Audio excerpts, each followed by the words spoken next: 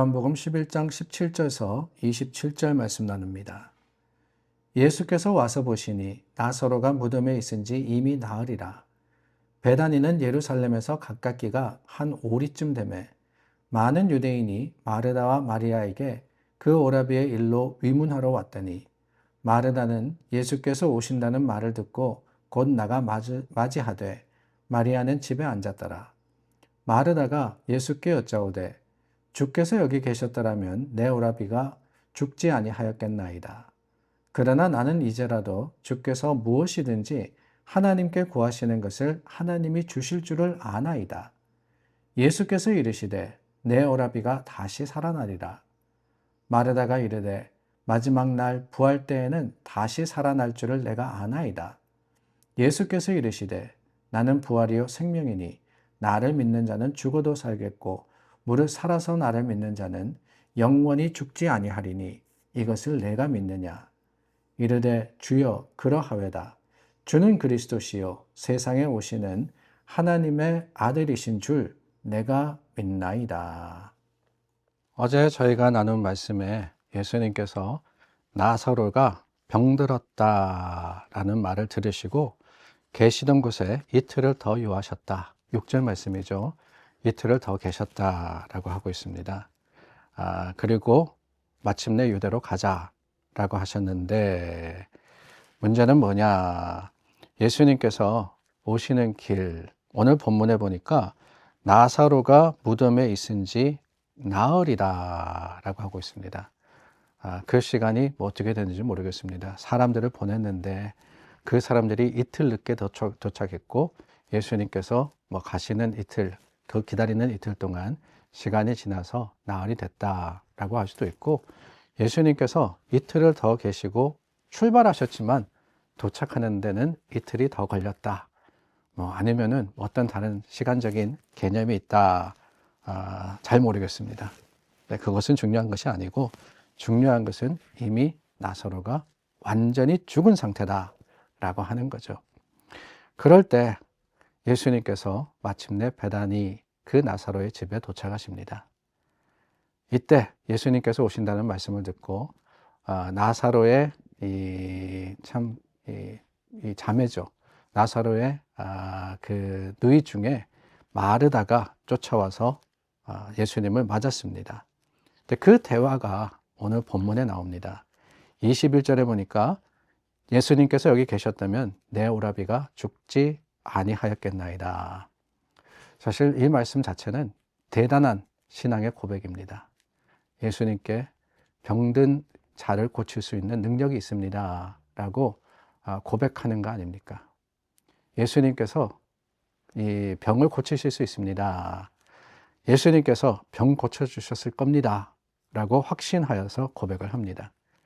이것만 해도 사실 우리가 고백하는 것보다 훨씬 대단한 그런 고백이 아닐 수가 없습니다. 그런데 23절 말씀에 보니까 네 오라비가 다시 살아나리라. 예수님께서 엉뚱한 대답을 하시죠. 계셨더라면 if라 그러지 않습니까? 근데 이미 끝난 겁니다. 이미 계시지 않았고 그러므로 인해서 나사로가 죽었습니다.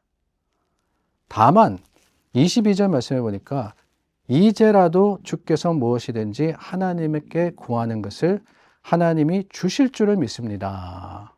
끝난 일이지만 마르다의 고백 가운데 우리는 한 끗의 희망을 보게 되는 거예요. 뭔지는 몰라요. 불가능이라고 생각할 겁니다. 당연히 죽은 자가 살아난 적이 없으니까.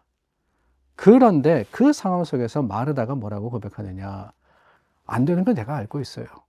그러나 주님께 맡깁니다. 라고 하는 것이지요.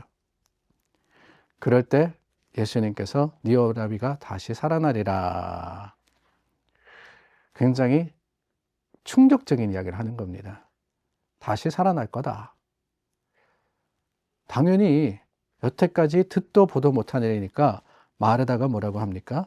24절 말씀에 보니까 부활 때에는 다시 살아날 줄 내가 압니다. 라고 합니다. 이것도 사실 굉장한 고백이에요.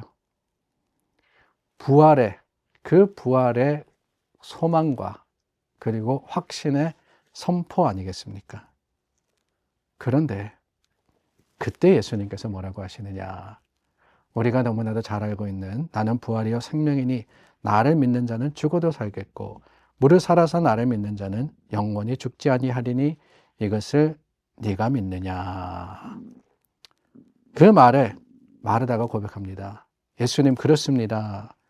주님은 그리스도시요 하나님의 아들이신 줄을 내가 믿습니다.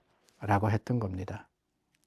자, 이렇게 마르다와 그리고 예수님의 대화, 그 대화의 내용을 보면은 점진적인 발전이 있음을 보게 됩니다.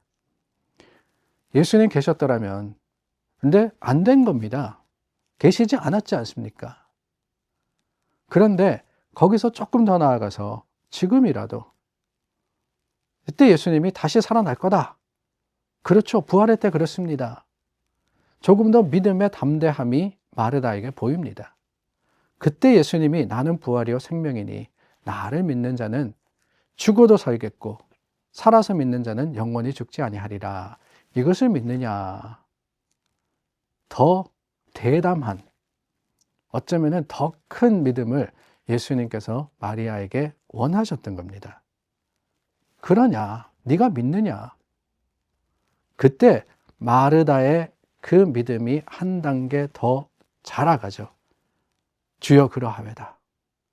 예수님께서 말씀하신 대로 죽음과 삶, 그것이 그저 내 오라비, 그 나사로가 살았느냐 죽었느냐, 숨을 쉬느냐 아니냐, 거기서 멈는 것이 아니라 육신적인 생명이 다가 아니라 주님의 말씀하시는 영생의 소망과 확신이 더 큰 담대함임을 고백하고 있는 거예요. 사실 이 말씀 속에 나사로가 살아날 겁니다. 나사로를 다시 살리실 겁니다. 라고 한 고백은 없습니다. 그런데 여러분, 뭐가 더 큰 믿음입니까? 마르다의 고백은 예수님이 지금 무덤에 누워있는 그 나사로를 살리시느냐 마느냐, 우리 눈에는 그게 더 크고 더 중요하게 보입니다. 저 사람, 시체가 된 사람이 벌떡 일어난다 그러면은 그것만큼 놀라운 일이 어디 있겠어요? 기적입니다, 기적. 그런데 예수님과의 대화 중에 마리아의 고백, 그러하외다. 그리스도시요 세상에 오시는 하나님의 아들입니다. 여러분, 오랫동안 신앙생활한 저와 여러분들은 이것이 별것 아닌 같은 그러한 고백처럼 들리지만 아니라는 거예요.